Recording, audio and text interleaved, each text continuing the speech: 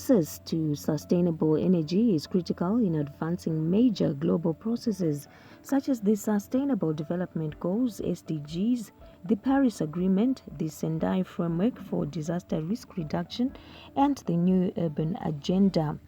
Promotion of clean renewable energy, particularly solar energy, is vital in economic development. However, access to solar energy still remains largely untapped in Zimbabwe and most other African countries, despite the numerous benefits that come with solar-generated electricity. Solar energy should be in the forefront. You would find that in first world countries now, solar energy is actually taking a major role in the power of electricity. In the likes of Germany, Finland, even the Europe region.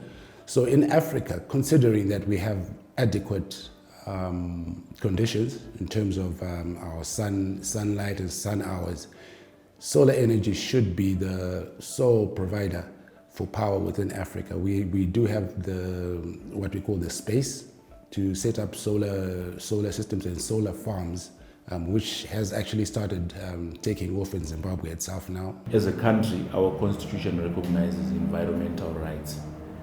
That is to say that every Zimbabwean and any person really in Zimbabwe has got a right to a safe and a healthy environment. And that puts a legal obligation on the state, the government, and even us as citizens to take care of the environment and make sure that we preserve it for ourselves and for future generations. So there's actually a legal duty.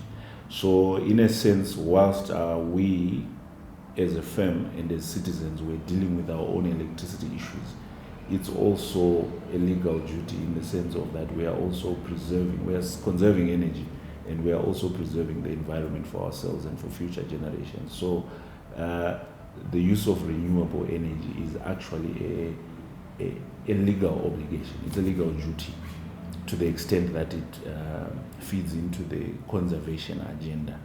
The increasing urbanization, population growth, and economic development in the country are driving electricity demand, and the falling cost of solar energy systems is encouraging the adoption of the technology as a way to leapfrog straight to low-carbon, sustainable solutions. With people struggling to remain dependent on electricity from state supply, solar energy is rapidly becoming a life changer among Zimbabweans in both urban and rural areas. The renewable energy and the renewable space has still got a lot of potential. As we can see that even as a nation itself, the country is growing, there are buildings coming up, there are neighborhoods coming up at a very quick rate. And this, considering the fact that we already have challenges with our electricity supply. So with this growth, it's going to cause an even higher demand for energy. And renewable energy being easily accessible, this then holds the great potential that we have for energy supplied through solar. Tinongoita zvekuchengeta huku, madhadha, nekurimawo muriwo zvegarden.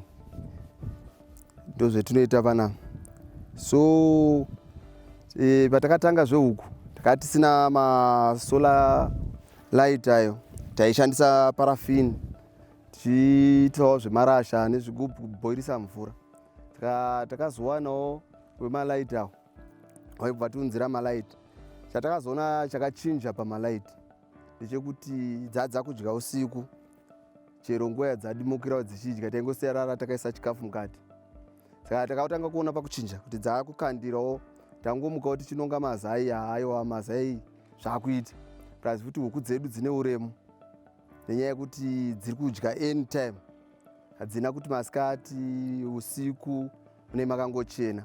Ende chatakafarira masolar light aya ndekuti hatisina buditsi mari yekuti mangwana tondotsvaga paraffin chichi. Masolar light aya akungotishandira kuti masikati tikachaja, manheru mune makangochenawo kusvika mangwana. Kana mumba medu takutoitawo kuti tori pane magetsi, atoo magetsi pachawo. Kwataigara uko magetsi ainetsa. zvisingaiti, nyama ichitosvika pakutoora mufriji chaimo, manheru chaiko, chero homework nevana unototadza kana kuita kusina magetsi. Asi from the time yandakaita solar, zvinhu zvangu zvese zviri kunyatsoshanda, kubva kumapamp yemvura, bhoho rangu rinonyatsotopampa mvura, unongoziva kuti mvura inogara iripo, mafriji anosumuka, mamicrowave, zvese tinotoshandisa nemastove nesolar. Solar lights edu zvaakanakira kuti vanhu vaise muzvirughu zvakaita sezvehuku izvi, zvinoita kuti project yavo idi inyatsoenderera mberi. Kana dziri nguva dzamanheru dziya hatizochemi kuti magetsi edu ezesa aenda, saka hatichina chokuti tikwanise kupa huku dzedu chikafu dzidye nguva dzamanheru. Saka kana uine solar unongoziva kuti zvinhu zvese zvakarongeka, hauna dambudziko panyaya dzekuchengeta huku dzako. Ndakatenga 5 kVA system inosumudza fridge, inosumudza microwave, inotosumudza water pump, zvekutoti magetsi akaenda I'm not even worried because lighting ndinayo, even kitchen nechitobika zvakanaka zvese zvinoti chitozviona zvese. Solar power is not only a great way to generate clean electricity, but the solar-powered systems are helpful for either domestic or agriculture purposes to pump water without worrying about the water bills.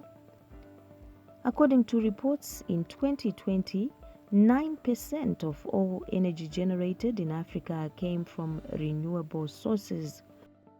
In Zimbabwe, a lot of people are gradually shifting from traditional electricity to reliable solutions to both accelerate energy access and support sustainable economic growth. Kuno hakuna magetsi, saka takaona zvakangonaka kuti tigarewo muchiedza mune light, vanhu vachiona TV chichi. Saka nenawo yemabhatteries mamwe ungotenga bhatiri rongofa, ukatenga chakati chongofa. Saka pandakazonzwawo zvenutford ndati zviri nani, regai timboita se timbotraya nutford energy kuti vanoita sei. Ndo pandakazonzwawo zvetv, solar chichi zvese kahwana, tikatiregedzai tingotenga. Chatakafarira kutengeserwa nevanhu vari genuine, vanouya achiisa zvinhu achikupa garandi, ndechekuti zvinhu zvedu izvozvi nyangwe nhasi tikaona problem tinongovafonera, wouya wongoasista zvinhu zvavo kuona kuti zviri sei. Isusu takangobva tichipuwa zvinhu zvedu togona kupuwa nechikwere, tichibhadharawo nenguva, zvinhu zvedu zvinongogara zvachi zvaright. Kasi kubva patakapuwa hatina kana dambudziko. A lot of our operations now are online. The Judicial Service Commission has introduced an integrated electronic case management system where we have to file documents electronically and so forth. So one cannot afford to be offline without an internet connection. You cannot afford to have office devices and appliances disconnected. We are 100% online, and we have not suffered any prejudice due to power cuts.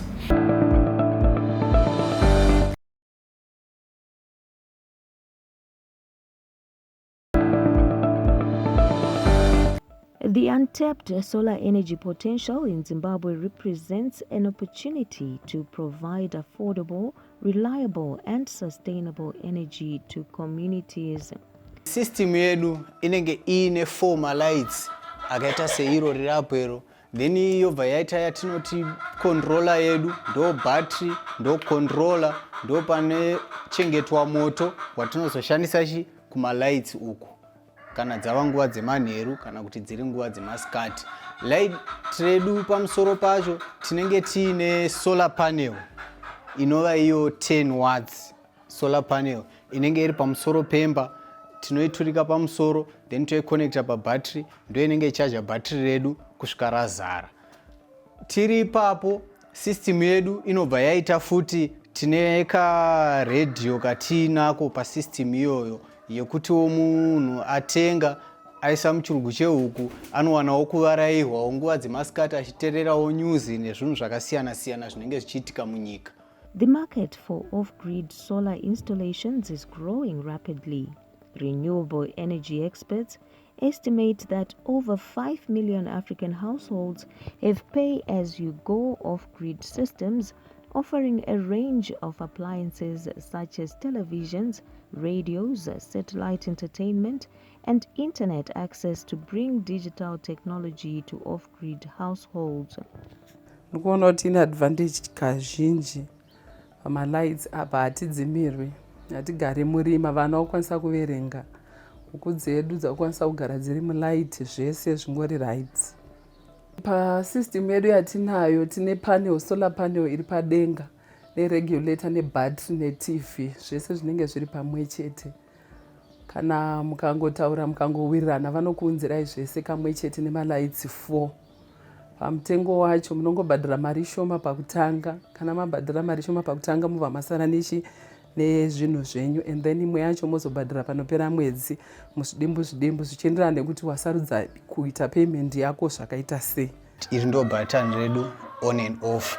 Saka kana rakadai bhatiri redu rechiratidza rakadi rakadzima, tikabaya kudai rinobva raita rinoita on. Ichi cheblue ichi chinenge chichikuratidza pano pabhatiri kuti bhatiri renyu rakamira sei. Aya ndo mabha ebhatiri anditi.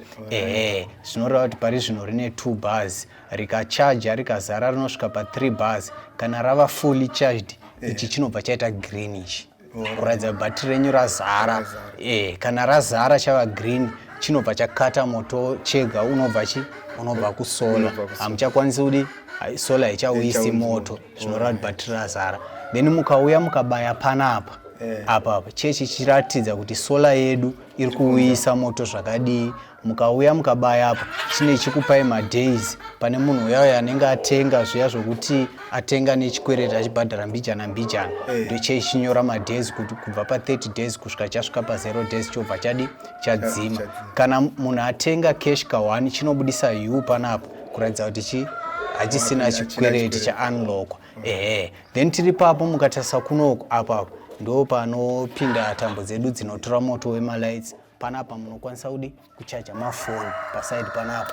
Patarisa apo pane 2 maport, pane rekutanga iri rinongochajwawo zviri normal, then i-fast charger inoita kuti bhatiri zare. Then kuside kunoku ndo kunopinda tambo yedu yesolar panel. Apa ndipekuisa munogona kuisa foni yenyu. Muchichaja foni yenyu maisa pachaja, munoibayira ipapapa. Yotanga kutochaja yakagara pamoisa chaja yenyu, motobayira foni yenyu yakutochaja. Saka bhatiri redu kana kuri kuti mabhadhara, pane token rinouya mufoni menyu. Token riya ndo ramunobaya panapa, rinenge rine madigits anenge ari 10 muchibaya panapa. Kana mukaresva kubaya, handi mukuona zvariri kuita zvokuflasha richiratidza token renyu raramba risiriro, pane nhamba dzamakanganisa. Kana mabaya dziri correct, rinobudisawo C panapa kuratidza kuti token renyu richireva correct. Then ipapapa bhatiri redu rine maerrors arinonyora, rinobudisa E rodzima robudisa 1. Saka rinobudisa ma-E kubva pa-error 1 kusvika ku-error 6. Error 1 inenge ichiratidza kuti pamwe foni yamuri kuchaja kana kuti chaja yamuri kushandisa imimi, chaja iyoyo yakafa, iri kukonzeresa kuti bhatiri redu risashanda zvakanaka. Saka chinobva chatoripota kuti aiwa chaja yenyu kana kuti foni yenyu haisi kupindana nebhatiri bvisai. Then error 2 inenge ichitaura nezvemalights. Pamwe mune mamboda kutesta kuti ndoda kumbotesta rimwe light rakasiyana iri, mobayira chinokupai error 2. Then error 3 neerror 4 neerror 5 chinenge chichiripota futi kuti aiwa zvamuri kuita apa hazvisiri izvo, right. Then chiri ipapo chikazobudisa error 6 chinenge chaakuripota icho kuti aiwa bhatiri renyu riri kudi raoverheata. Saka maerrors ese waya mukasvika achibuda, munosvika modzima bhatiri renyu sezvizvizvi. Moita 10 to 15 minutes makaridzima, modisconnecta zvimwe zvamunodisconnecta zvakaita semalights, solar nefoni yamune makaisa kana iri foni, then maakuchizoita on. Kana maita on rakutanga kushanda, muchatoona kuti era yaya inenge yatobva. The transition to renewable energy, especially solar energy in Zimbabwe, has been progressing impressively over the last decade, with many organizations in the renewable sector working to increase renewable energy capacity in recent years. This acceleration of the energy transition has presented more investment opportunities in the renewable energy sector. Mangu masola ukwanisi kutombona kuti iri genuine here kana kuti iri fake. Unogona kuzozviona wangoti shande nayo 2-3 days. But zvemacompanies mahombe zvinonyatsoziva kuti zvine warranty, zvine guarantee zvekuti kana ukandovapa mari yako ikaita problem unogona kungodzokera uchiti zvinhu zvenyu hazvisi kundishandira sematauro amakaita. Our main challenge was that people just knew the basics that solar existed, but they did not have the right appreciation. And you'll find that most of the installations that were done back then were very few notable installations. So people might have heard about it, but not actually seen it or experienced a solar system working. So people would hear about it because of the number of solar installations that were within and around communities across the country. This is one stepping stone that we had along the way. And as we started moving 2015, 2016, 2017, a lot of people then started getting more appreciation of solar. But during this phase, I would say, unfortunately, there's a lot of solar companies that did crop up. And it's sad to say that some of them were not qualified for the job. And they did install solar systems that did not perform or give the clients what they were made to believe or what they expected from the solar system. And this became a major challenge because it started discouraging people on uptake of solar, because if they hear that their next door neighbor installed a solar system which is not working properly or it worked for a month or less, they will then start thinking, why should I invest in something that is not going to give me the mileage and anything else that I expect from the solar system as it was described. So this was something that had affected, although I would say through the efforts of our board, our electricity board, ZERA, and RIAS and other organizations, this has helped us to curb the standards and quality of solar installations within Zimbabwe. For many people, the move to embrace solar energy comes at a time when the United Nations is encouraging countries the world over to achieve its Sustainable Development Goal, SDG, of ensuring access to affordable, reliable, sustainable, and modern energy for all. Tinopa munhu wese anokwanisa kunge achitenga light iri kana arifarira. Light redu rinobhadharwa nenzira dzakasiyana siyana. Tinogenerator ratinoti token rokuti iwewe rinokuratidza kuti wabhadhara. Wabhadhara mari yakati, wasara nechikwereti chakati, wapuhwa mazuva akati ekuti unge uchishandisa system iyi. Wozotangako uchibhadhara mbijana pamwedzi. Paunopiwa token redu ndo raunouya uchienda panapa, unotobaya token iroro. Bhatiri redu rinobva ratoziva kuti token rawaisava ndiro chairo. Kana risiri iro rinoramba. Ende light iri harikwanisi kushanda kana usina kuisa token iroro. Mwedzi ukapera, zuva rako rokuti wewe unofanirwa kunge uchibhadhara rikasvika, ukasabhadhara, light iri rinobva radzima. Hauna chaunokwanisa kuita. Malights anenge asingachapfuti, kuchaja foni chaiko hauchakwanisi kuchaja.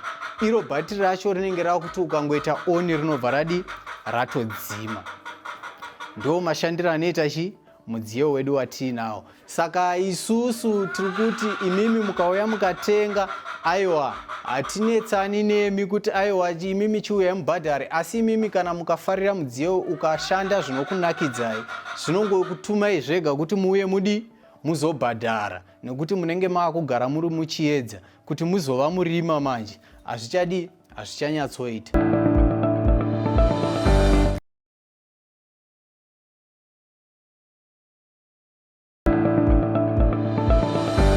Zimbabwe is targeting to cut its total emissions by about a third by 2030, mostly by increasing investments in hydropower and solar power and improving energy efficiency as part of the Paris Agreement on climate change. nekuti tinoda kuti muite maprojects ehuku kumamisha, mubatidze vana vanoda kuverenga, munoda kuchaja mafoni, munoda ita zvakawanda. Kurudziro yangu iripo ndeyekuti vanhu ndavatenge masola aya akanakira pakuti nyangwe kunoku kwaseke kunoku kuchine mauswa masango, mauswa akawanda, nyoka dzinofamba. Mbavha chaicho haipindi pane light, mbavha inopinda pane pasina light. Saka malight edu ari mukati, anodzimirwa mukati, anobatidzirwa mukati. Saka mbavha kuti izondopinda mukati mune light haipindi. Saka totokurudzira kuti vari kuchengetawo huku, kunyawe huku kana kugadheni yako kana papi, masolar light aya akanaka.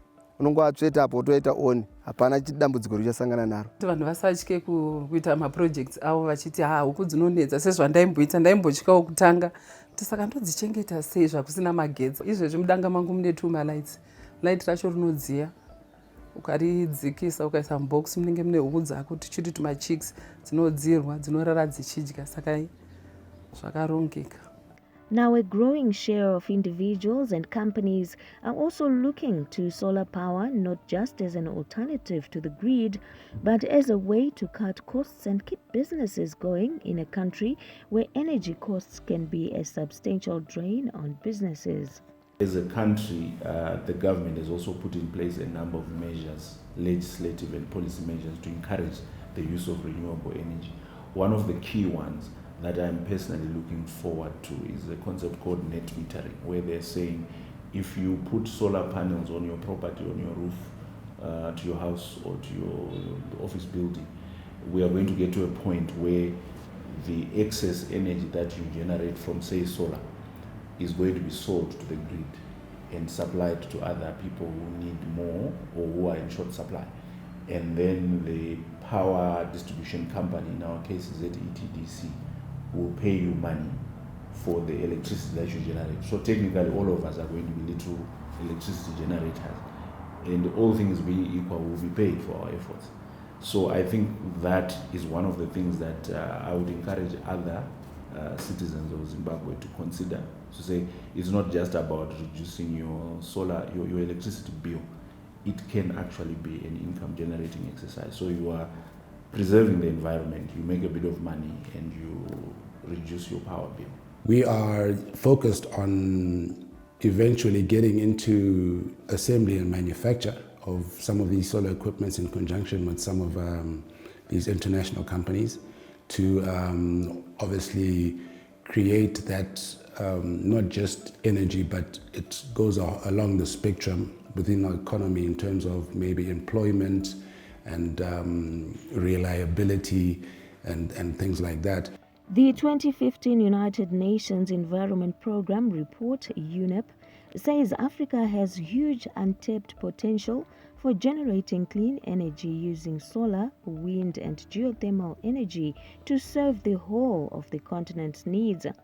The report further notes that the development and transfer of clean energy technologies are key pillars in mitigating the causes of climate change and adapting to its effects. So solar inoshanda muri yeZimbabwe, ngatishandisei, tisanyanya kugunun'una chiro zesaikanzi yaenda, toziva kuti solar yedu tinenge tinayo. Nokuda kwezuva tinokwanisa kuwana mari yokuita zvatinoda pamisha yedu.